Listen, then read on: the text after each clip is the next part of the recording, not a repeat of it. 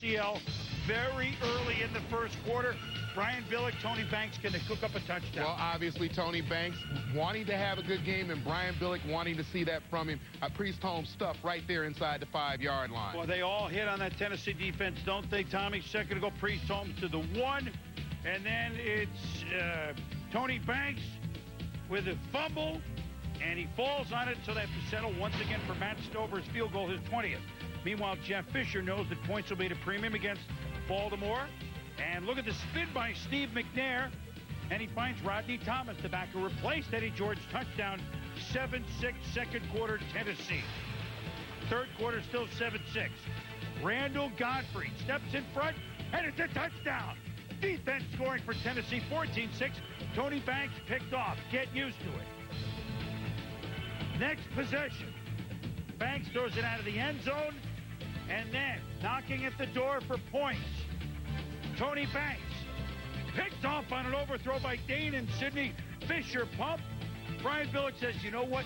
Johnny Unitas is in the house. Let's try him. I think it might work, but instead they had to go to Trent Dilfer after 3 Banks interceptions. What could happen? Interception. Michael Booker. 4 picks by Tennessee in the second half. Dilfer trying to provide some life. Scrambles.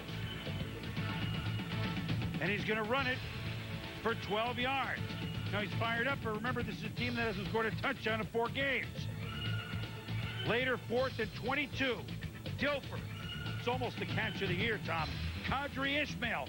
Ooh, is he in? Is he not?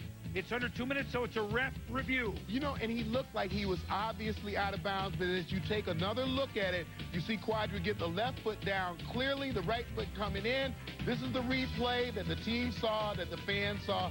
They thought that he had both feet in. No, I think it was a no touch. As we look at that, that was the call anyway.